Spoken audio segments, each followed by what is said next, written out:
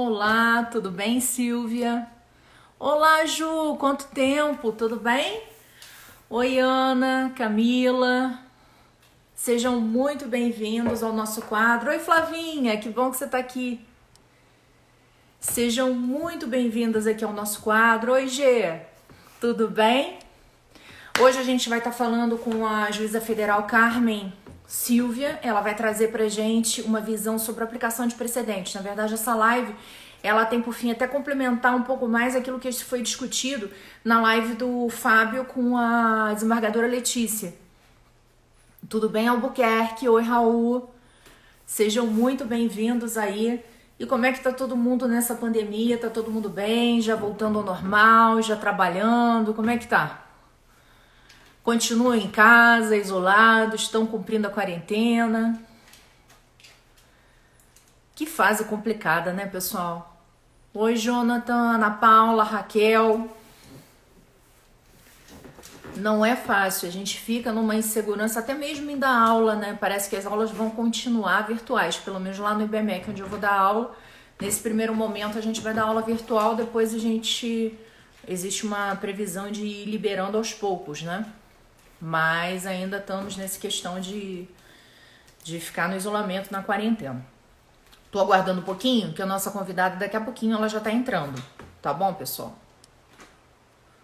Aliás, a gente está fazendo umas mudanças aí de novo na sistemática de lives do PJT com a tutoria jurídica, né? A gente fazia antes live todos os dias da semana.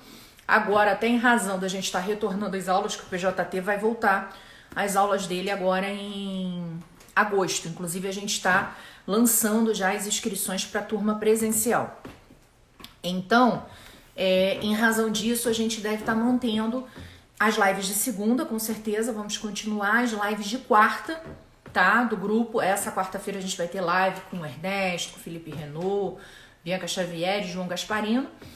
E vamos estar mantendo essas lives, porque em agosto a gente vai manter só duas lives por semana, né? Na verdade, a nossa ideia é agora trabalhar com as lives de grupo e com um sistema de debate fechado no Zoom. Oi, Helena. Oi, Freitres. Eu sempre confundo seu nome, tá? Desculpa. Oi, Luna, tudo bem? Tudo bem, Felnóbrega? Mariana, Sandra, Raquel. Sejam muito bem-vindos. Então, eu estava explicando aqui pro pessoal que estava entrando justamente isso, que a gente vai estar...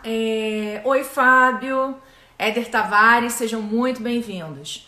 A gente vai estar fazendo uma mudança aí nas nossas lives a partir de agora, justamente levando em consideração o retorno às aulas do PJT e o retorno às aulas presenciais, né, do nosso curso presencial, e também o retorno à atividade, né? Várias pessoas já estão voltando a trabalhar nos escritórios e tal.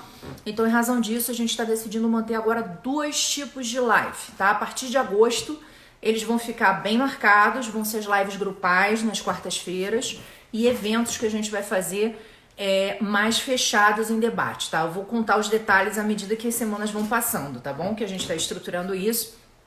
Então não perca. E esse mês, agora de julho, a gente vai continuar com as lives segundas, algumas lives terças-feiras, essa terça não vai ter, e lives nas quartas-feiras, tá bom?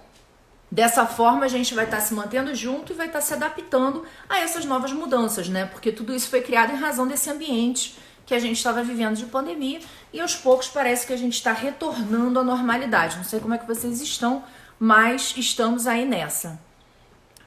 Deixa eu só ver, porque eu acho que a Silvia não pediu para entrar. Um segundo, que eu acho que ela ainda tá sem ter me pedido para entrar. Peraí. Pronto, voltei, pessoal. Ah, você já entrou? Ah, tu tá aí, é porque eu tava procurando você no PJT. Gente, que pessoa doida. Vamos lá, então deixa eu colocar você aqui.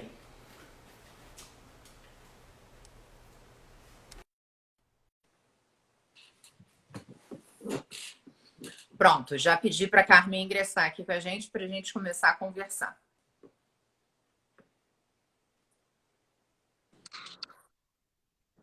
Olá, Carmen, tudo bem? Tudo bem? Acho que conseguimos.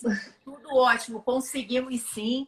Um prazer muito grande ter você aqui com a gente. Eu queria agradecer a disponibilidade, o tempo, tá? É uma honra para o PJT ter uma aluna como você e ter a oportunidade de você estar aqui falando com a gente, trocando um pouco das suas experiências. Não, na verdade, o prazer é meu, realmente é uma honra estar aqui com vocês. Só tenho a agradecer também ao PJT por toda a equipe, os coordenadores, professores, pela seriedade do curso e, enfim, que realmente são aulas de muito debate, muito ricas, né? Então, eu que agradeço essa oportunidade. Bom, gente, eu vou apresentar, né? Carmen Silvia, ela é juíza federal, ela é doutora em Direito Tributário pela UF, me contou que também aproveitou e fez um PhD na Itália, portanto, é uma pessoa altamente qualificada. Inclusive, a tese de doutoramento dela foi sobre transparência fiscal, e em breve ela vai estar aí nas bancas, nas livrarias, e etc. Ela está no prelo, está na editora para ser impressa, então em breve a gente vai estar tendo a oportunidade de comprar essa obra aí nos mais diversos meios de compras online físicas, tá? Então fiquem de olho porque é uma obra que vale a pena, o trabalho foi de fôlego, levou em consideração aí o direito comparado também, e é um tema que está absolutamente atual hoje, né? Agora vamos entrar na nossa linha de debate de hoje, que na verdade é sobre a aplicação dos precedentes, né? A gente, como havia conversado no início dessa live, a gente teve a ideia de fazer a live de hoje sobre a aplicação dos precedentes, primeiro porque é algo extremamente da vida da Carmen, né? O dia a dia dela. Dois, porque vai complementar muito aquela live que vocês viram do Fábio com a desembargadora Letícia, que estava falando da formação dos precedentes em parcelas. Então, hoje a gente está falando da aplicação desses precedentes. E aí, para dar início a essa discussão, eu queria passar a palavra para você, Carmen, para você dar um overview desse tema. Na verdade, assim, os precedentes, eles são fundamentais para nós, né, no nosso dia a dia. A gente tem que trabalhar, como já sempre trabalhou, na verdade, né? O juiz sempre se utilizou dos precedentes, mas agora realmente com uma outra força, né? E é justamente essa força que os precedentes vêm ganhando que eu acho que a gente deve examinar com um pouco mais de cuidado e entender. E também entender não apenas o papel do juiz, porque isso está expresso no Código de Processo Civil, né? Ele é expresso em determinar, na fundamentação da sentença, a utilização e a explicação de como está se utilizando o precedente. Mas eu acho que além também do juiz, eu acho que o papel do advogado é fundamental. O advogado tem que conhecer, tem que saber manejar e saber instruir, inclusive, seus clientes. Porque, enfim, dependendo do precedente, a causa não vai adiante ou vai. Enfim, então acho que é importante não só para o juiz, né, para os tribunais, mas também para os advogados, né? Eu acho que daí a importância realmente da gente dominar o instituto, que ganhou contornos mais delineados recentemente, né? Não, perfeito, excelente, Carmen, a colocação. De fato, o conhecimento dos precedentes pelos advogados é um elemento essencial, não só para que ele possa avaliar, né, as chances de êxito de uma causa que eventualmente lhe chegue às mãos, mas também de fazer a própria distinção, né, daquele precedente efetivamente não se aplicar ao seu caso por um ou outro elemento diferencial. Então, realmente é isso justamente que a gente trabalha no PJT, é ensinar as pessoas a que façam essa separação, que estudem realmente os acordos e que não fiquem limitadas às ementas, porque a gente tem esse hábito, né, de querer só ler ementa e reproduzir ementa, e ninguém merece na vida isso. Então, a pessoa tem que realmente ler, estudar, entender qual é a lógica. E aí eu queria te perguntar, inicialmente, como é que é essa visão, né, que a gente fala muito em doutrina jurisprudencial, que seria justamente os precedentes como fonte de direito. Então, como é que é isso? Como é que você vê essa questão? Bom, eu acho que a gente tem que lembrar que essa novidade, né, dos precedentes veio muito em função dessa nossa aproximação do direito com o common law. Quer dizer, nosso sistema ainda é um sistema baseado no civil law, mas a gente vem se aproximando paulativamente do sistema do common law. E por quê? porque percebeu-se que é um sistema que tem uma eficácia muito grande, né? Então, em função dessa percepção de eficácia, é que então se introduziu com mais força os precedentes. E algumas leis vieram sendo editadas nesse sentido, até que veio a emenda constitucional 45, que me parece que seja assim, realmente um grande marco, e introduziu ali algumas regras que vieram a alterar os precedentes. Então, a emenda constitucional fala da súmula vinculante e fala da obrigatoriedade não só do judiciário acolher os precedentes, mas também como a administração pública acolher os precedentes, né? Então, me parece que aí a Constituição, quando trouxe, essa emenda constitucional, quando trouxe essa novidade, já vem corroborando algumas leis que vinham nesse sentido, dando mais força aos precedentes. Mas, ainda assim, nós continuamos no sistema de civil law e continuamos, então, tendo que olhar o precedente com cautela e com cuidado. Por quê? No sistema do common law, o precedente, ele é lei. A gente parte de um case law. Então, um precedente faz lei. E como ele faz um case law, ele vai ter uma obrigatoriedade muito maior, ele tem uma força vinculante de lei. Então, na verdade, ele é uma fonte de direito primária, originária, né? Enquanto que para nós ainda é uma fonte secundária, não é lei. Ela é vinculante, vai ter graduações de poder vinculante, mas ainda assim não é lei, né? E aí é interessante que, por que da introdução na Constituição como emenda constitucional? Porque no momento que uma decisão judicial tem força de vincular a administração, ou seja, é um poder atingindo outro poder. E aí a gente lembra da separação dos poderes, do artigo 2º da Constituição, que um poder não pode interferir no outro, do checks and balances, enfim, da harmonia que a gente tem que preservar. Então, quer dizer, precisou uma emenda constitucional dar essa força para uma súmula vinculante. Então, uma súmula vinculante, realmente, ela vai ter um poder maior de vinculação à administração, porque assim disse a emenda constitucional. E aí foi categórica nas hipóteses de que vai vincular a administração. Então, os precedentes...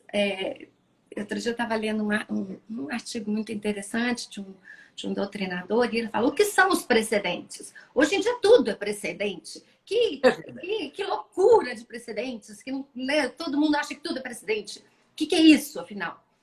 Mas não é bem assim. Então, a gente tem que separar o que é o que.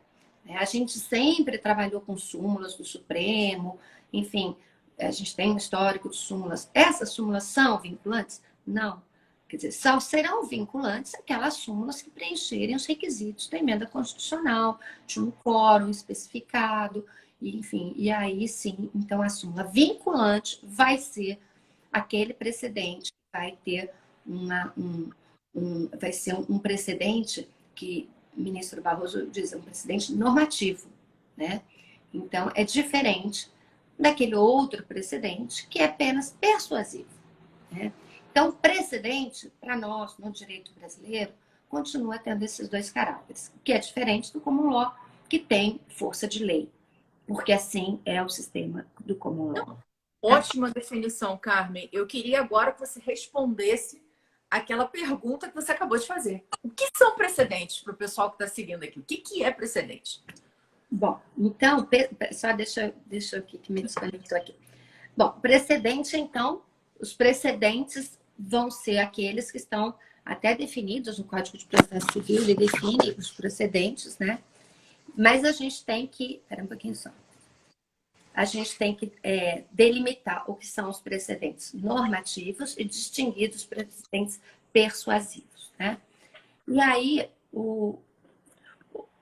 a primeira distinção que a gente pode fazer com clareza é o seguinte: o precedente normativo ele vai comportar um recurso, que é a reclamação. Não é exatamente um recurso, né? Mas, enfim, ele vai comportar um descumprido, tem um remédio, que é a reclamação, né? Então, é diferente de um precedente persuasivo, que não tem efeito vinculante. Esse precedente não comporta uma reclamação. Ele não dá ensejo a uma reclamação. Então, o Código de Processo, no artigo 927, ele vai dizer, então, vai tratar dos precedentes persuasivos, que são aqueles que vão obrigar aos juízes e aos tribunais. Então, aí a gente está dentro do âmbito de precedentes que obrigam apenas o judiciário, né? Isso não significa, evidentemente, que a administração tributária, reconheça que existe um precedente do STJ, do STF, e que dê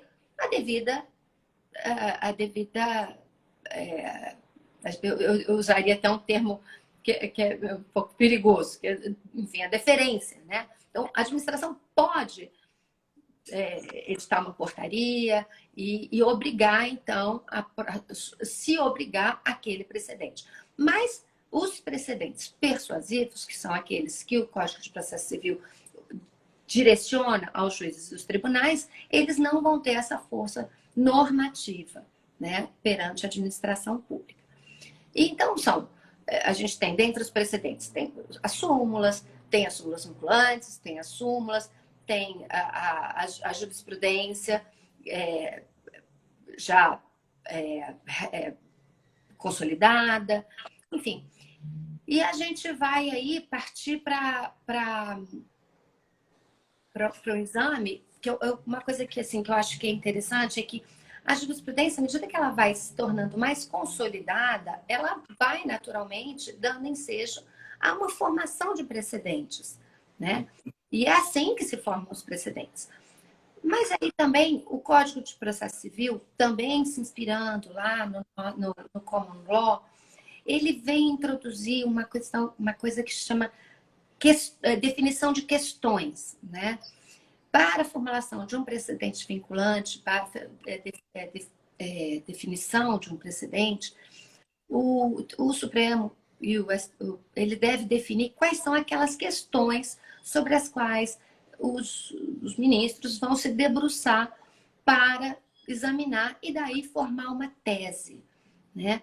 Então, essas questões, isso vem do direito norte-americano, que lá se chama dos issues, né? Primeira coisa, quando você vai ler um acórdão, uma decisão, você vai encontrar isso. Qual é o issue? Qual é a questão? Isso é uma novidade aqui para nós. A gente não tinha isso. Veio no Código de Processo Civil novo e a gente está tendo que lidar com isso, né? Não era da nossa cultura. Então, a gente tem que lidar com isso e entender, bom, então, qual é a questão que está se tratando aqui?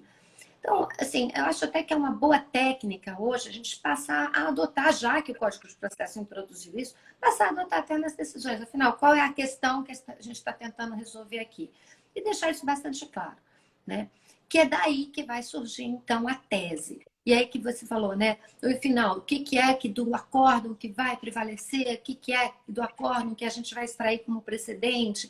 Então, à medida que a gente faz uma sistematização de quais são as questões que estão sendo ali decididas, a gente consegue destacar e perceber qual vai ser o precedente que está ali sendo construído. No entanto, a gente sabe que outras questões vão caminhando em paralelo, né? Às vezes a gente vai ter que dar uma examinada aqui ou ali e tal, em outras coisas. Então, o que são essas outras coisas? São coisas paralelas, né? Que não necessariamente configuram um precedente. Por quê? Porque não foi uma questão destacada. E qual a importância de se destacar a questão? É de garantir o devido processo legal, garantir o contraditório. Na medida em que a corte destaca a questão, fala, olha, aqui nós vamos discutir, teve um caso que ficou bem claro isso, aqui nós vamos discutir a questão da prescrição da prescritibilidade da indenização. Bom, mas aí a indenização contra a Fazenda Pública de tudo ou apenas do que disser a respeito à improbidade administrativa ou a outras questões menores, como um acidente de carro? Quer dizer, essa questão, o Supremo decidiu sobre que contra a Fazenda Pública existe a prescrição, né? Mas ali ele disse que não entraria na questão da imprescritibilidade da improbidade administrativa, porque aquela questão não teve o devido processo legal, não teve o devido contraditório, a corte não foi submetida a todas as informações que deveria ter tido acesso, então restringiu-se apenas a examinar a prescritibilidade da responsabilidade em atos ilícitos, como uma batida de carro. Então, assim, é muito importante delimitar qual é a questão que está se examinando. Não obstante, a gente sabe que então vão ter questões paralelas que vão estar sendo tocadas, mas que não vão formar um precedente, né? Então, acho que isso esse artigo do Código é um artigo bastante delicado que a gente tem que utilizar, observar, e quanto mais cedo a gente observar, ou seja, se já na sentença a gente conseguir destacar qual é a questão que a gente está tratando, vai garantir uma maior transparência na sentença. Não, achei espetacular esse ponto que você trouxe, Carmen, porque realmente a gente não vê isso muito claro.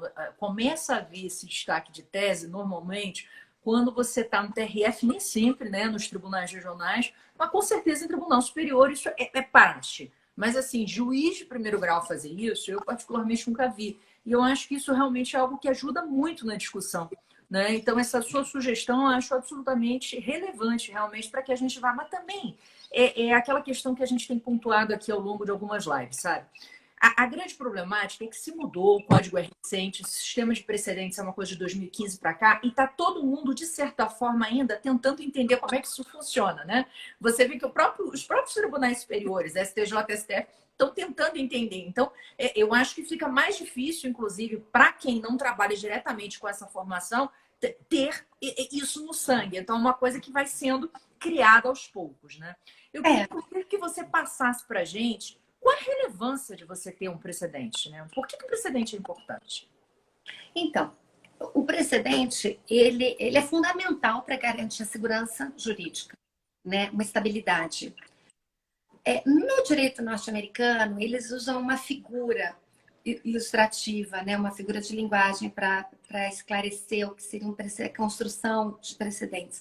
Eles falam que é como se fosse um muro, que você vai colocando os tijolinhos, né? Então, você vai assentando tijolinhos um em cima do outro. Então, cada caso que você decide, né, vai formando um tijolinho daquela estrutura, né? Então, só que lá você tem uma divisão muito clara de tribunais, Suprema Corte estaduais e Suprema Corte dos Estados Unidos. Então, uma corte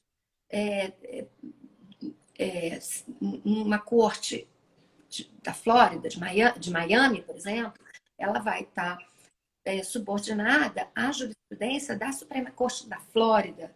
Uma decisão de um outro estado vai estar sujeito à decisão da Suprema Corte do respectivo estado.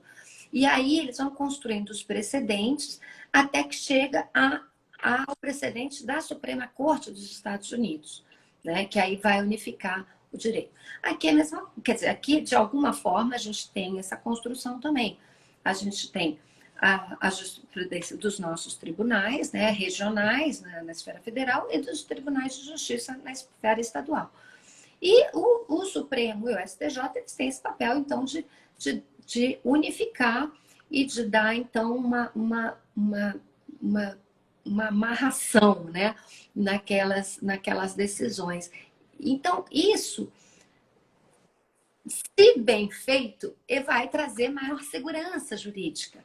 Por quê? Porque as pessoas têm o direito de saber qual é a orientação jurídica que tem, né? Se determinado, no caso na esfera fiscal, na esfera tributária, se determinado tributo é devido, como ele é devido, qual é a base de cálculo, qual é qual é a alíquota, enfim, as pessoas têm direito, têm que ter o direito de saber qual é o entendimento que prevalece, né? E então a construção de uma jurisprudência sólida, ela vai trazer uma segurança e vai deixar, além da segurança jurídica, ela vai trazer também uma isonomia. Quer dizer, a gente vai deixar de ter situações onde o juiz da vara tal decide de tal forma, o juiz da vara qual decide de outra forma, ou o juiz de São Paulo, ou o juiz do Rio, ou enfim. Agora, por outro lado, a gente sabe também, quer dizer, como as ações, fora as ações que realmente são originárias, né, das cortes superiores, as ações das partes particulares, enfim, elas vão ter início nas esferas, nas esferas, né, as primeiras varas, né, instância.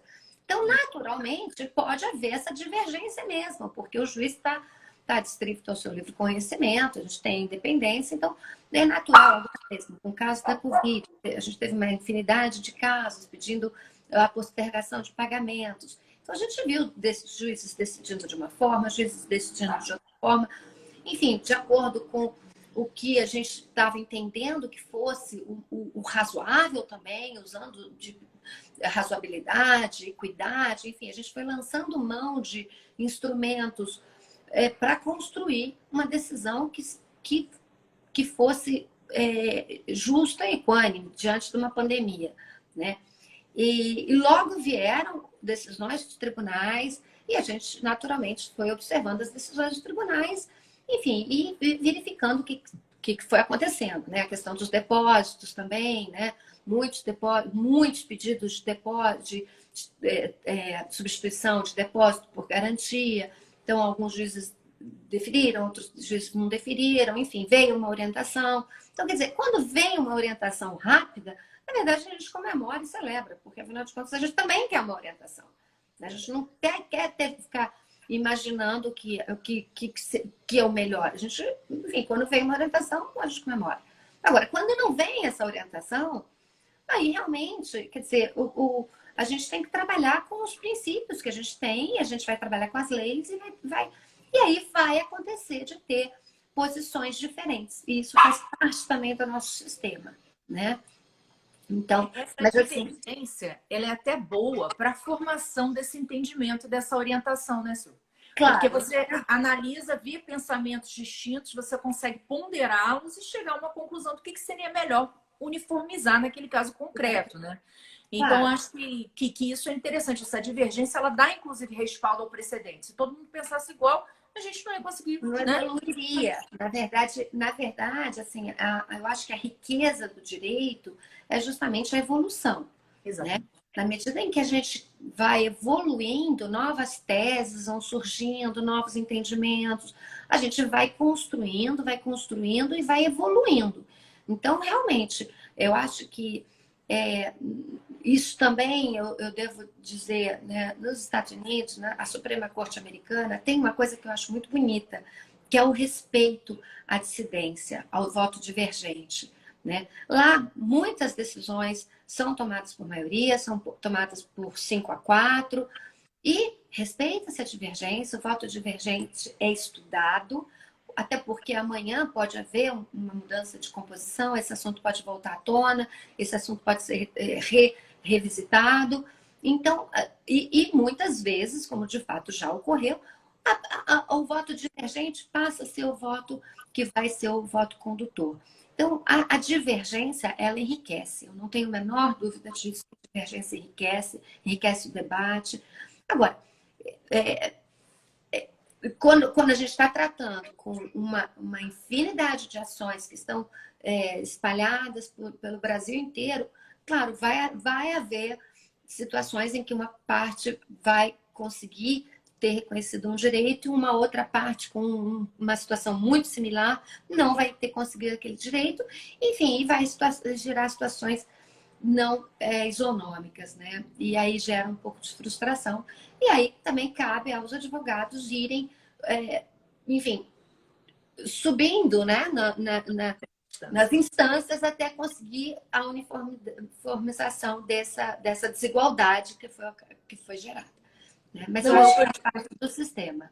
né? Verdade, verdade. Aliás, assim, eu tô adorando, tô aprendendo horrores aqui do sistema americano que eu não conheço, então gostei bastante de saber dessa história das Suprema Cortes estaduais, isso eu desconheci. E eu queria justamente falar agora do seguinte: bom, a partir do momento que compete aos advogados também subirem, né, para formar esse precedente, ou seja, o precedente ele passa, a formação de um precedente não é uma coisa que é exclusiva do Poder Judiciário. As partes elas têm um impacto substancial na formação disso, justamente Claro, para levar essas divergências, né? claro. Então, é essencial. E aí eu queria ouvir de você um pouco como é que funciona essa aplicação desses precedentes. Olha, Carmen, a Ana está dizendo que é um prazer te ouvir de novo, está todo mundo elogiando, dizendo que você está fazendo uma exposição extremamente clara, aliás, clara, brilhante e trazendo coisas novas. Eu estou adorando aqui a aula de direito comparado, então estou me amarrando. E agora ninguém vai sair dessa live sem saber a diferença entre precedente normativo e precedente não normativo. Então, já todo mundo aqui que falar errado precedente já era, hein? Bom, então, fala pra gente como é que funciona essa aplicação do precedente. Então, eu acho que, assim, até eu queria fazer uma observação que, como você falou, né, a gente está aprendendo, né, sobre o precedente, a gente está ali construindo e tal, mas o precedente, quer dizer, ele veio com essa finalidade de trazer maior segurança, trazer maior isonomia e trazer maior eficácia, porque a verdade é que a gente tem uma Constituição que garante uma infinidade de direitos, né? Ela veio uma Constituição cidadã, enfim, e a gente faz esse esforço para ter garantido todos os direitos, mas naturalmente a gente também vem assoberbado com uma massa gigantesca de ações, né? Então, assim, eu fico muito triste. Muitas vezes a gente fala, porque a judicialização é o que faz o inferno do administrador público, né? A judicialização é que a causa o descontrole da administração, como se fosse o judiciário que causasse a judicialização, né? Quando, na verdade, o judiciário, ele recebe as ações, né? Quer dizer, na verdade,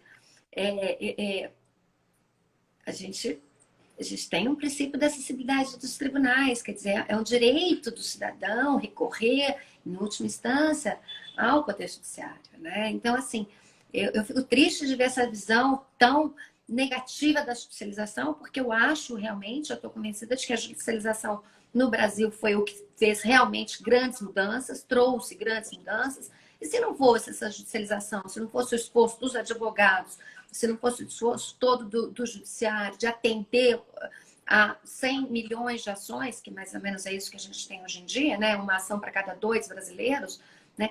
Então, se a gente não tivesse isso, provavelmente a gente ainda estaria com uma Constituição teórica, né? Então, se a gente conseguiu, ao longo desses anos de direito, de sistema constitucional que a gente tem, se a gente conseguiu ver garantidos muitos direitos, né? Que em outros países não existem, como o direito à saúde, né? Que nos Estados Unidos não tem, né? Então, se a gente talvez não tivesse essa luta, talvez a gente, enfim, seria ainda uma retórica. Então, eu acho que assim, eu vejo com orgulho a judicialização, né?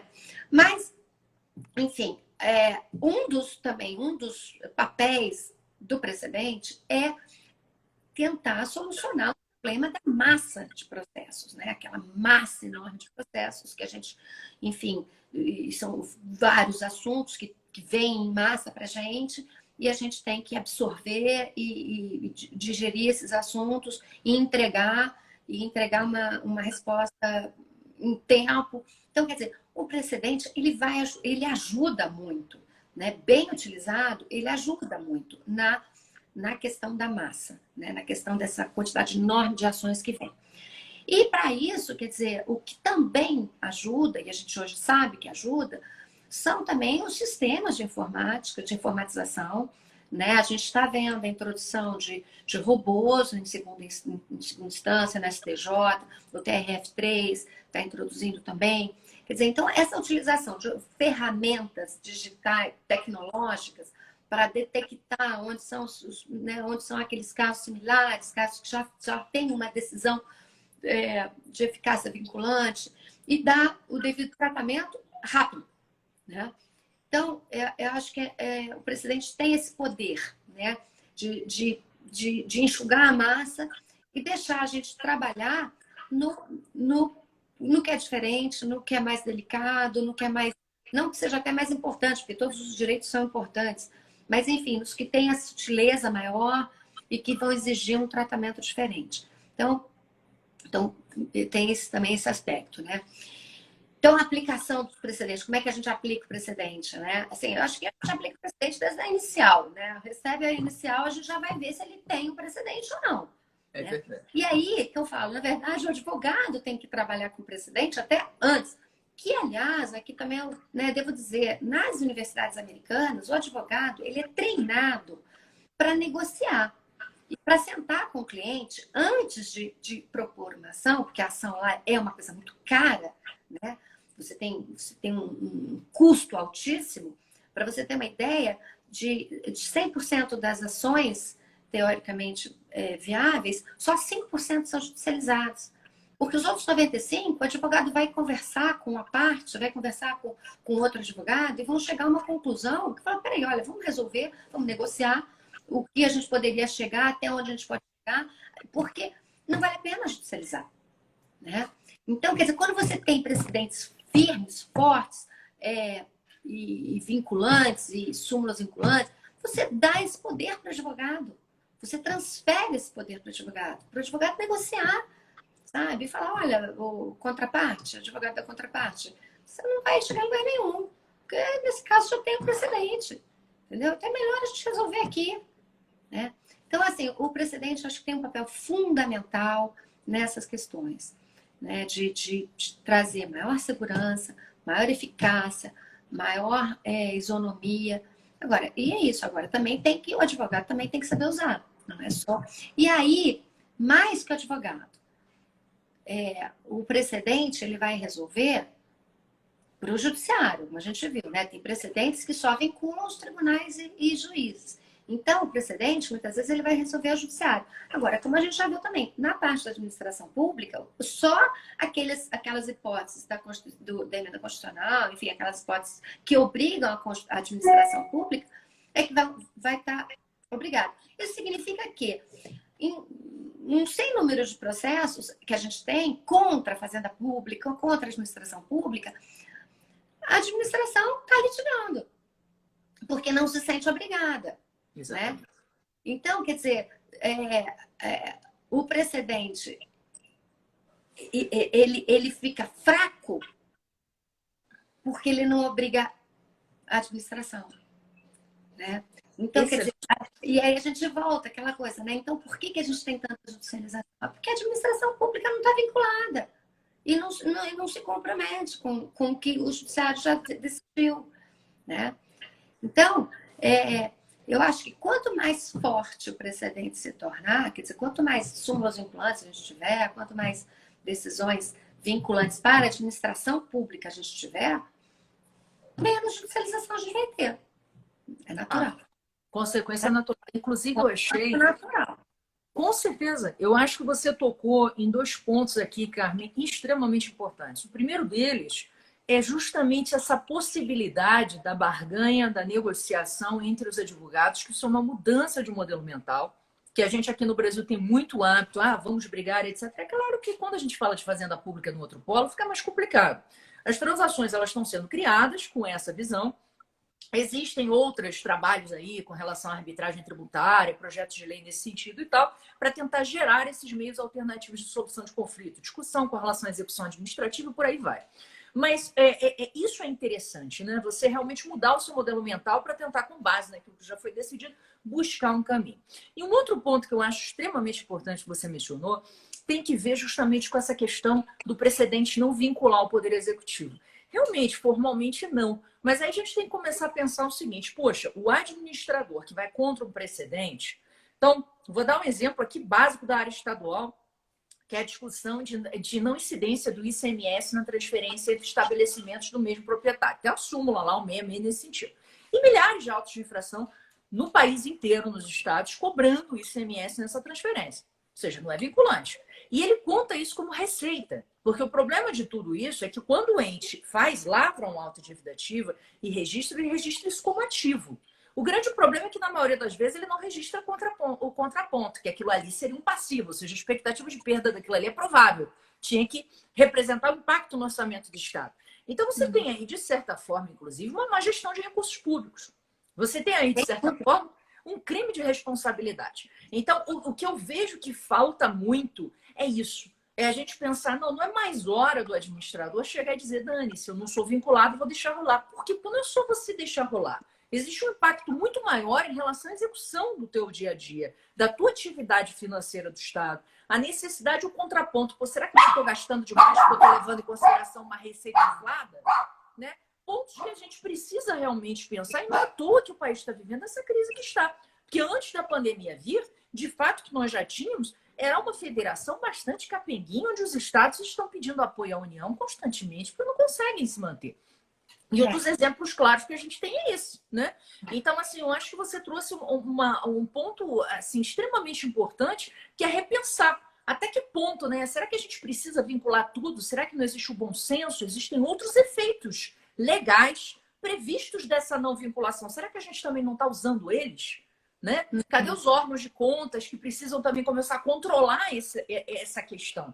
Então, acho que isso aí foi bastante interessante e extremamente prático e importante. Assim, isso tudo faz parte, né, do que a gente conhece como um custo Brasil, né? Quando fala...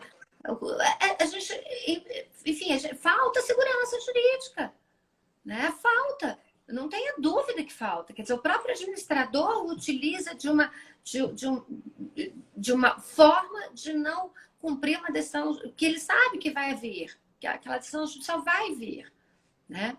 Então, eu acho realmente, sabe assim, e quanto que a administração pública não gasta também nos recursos.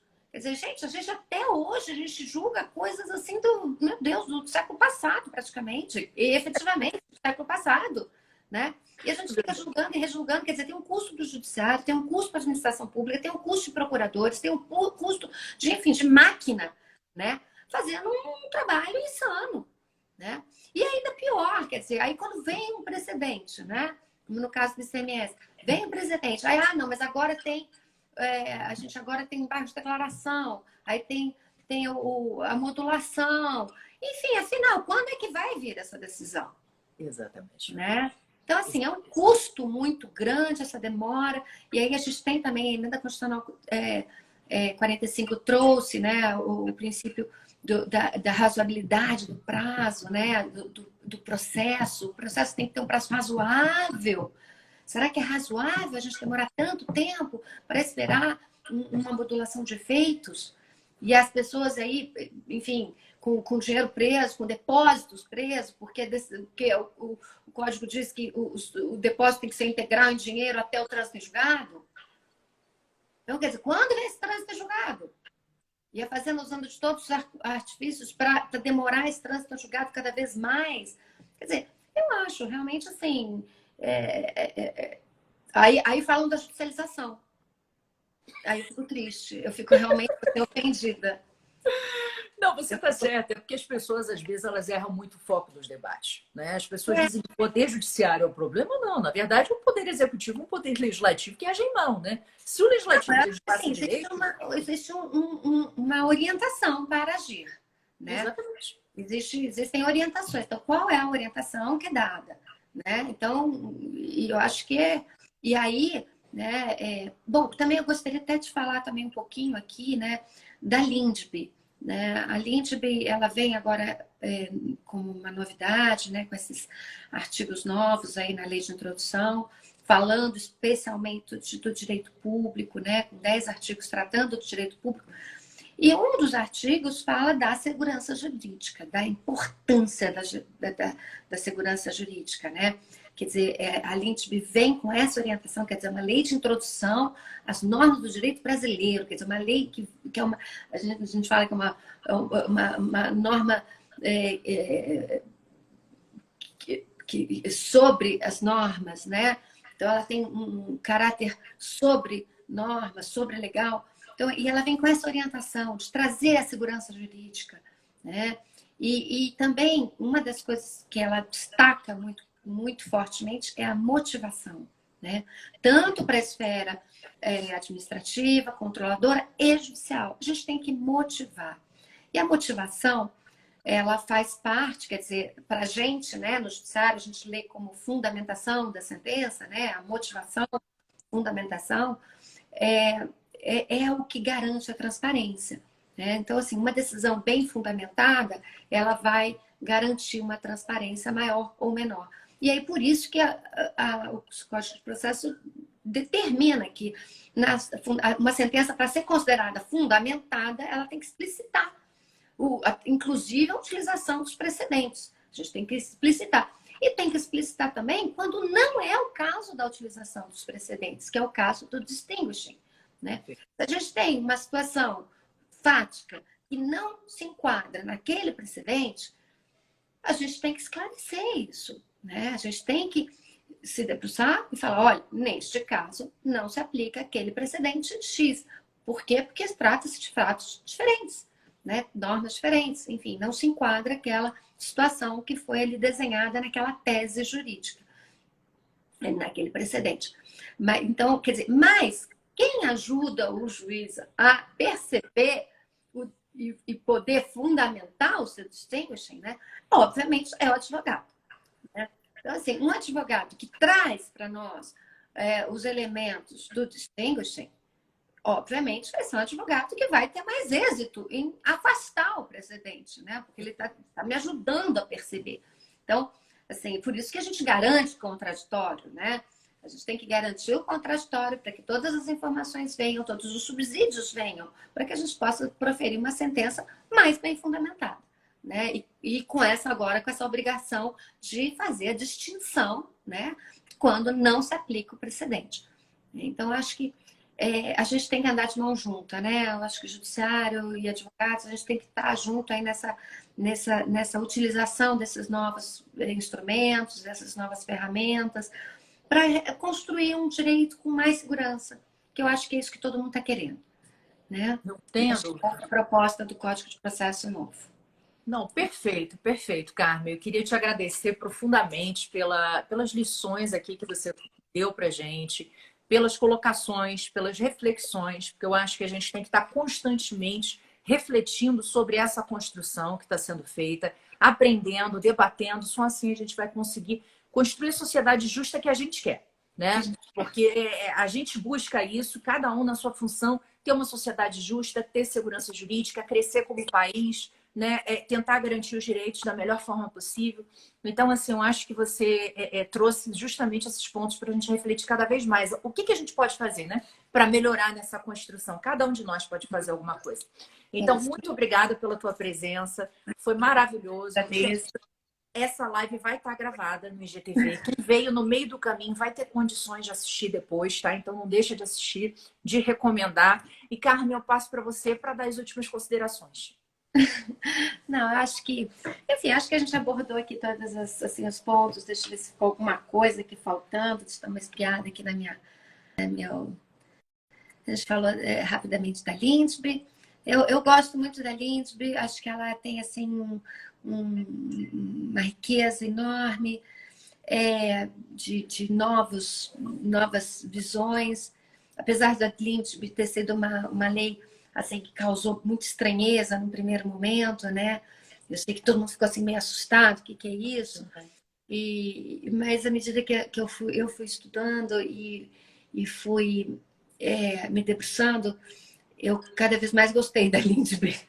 Né? O artigo, até eu vou ler aqui, né? O artigo que fala da segurança, né? Fala assim: as autoridades públicas devem atuar para aumentar a segurança jurídica na aplicação das normas, inclusive por meio de regulamentos, súmulas administrativas, respostas a consultas. Quer dizer, você vê, é um caminho, né? Aqui está dando caminho, né?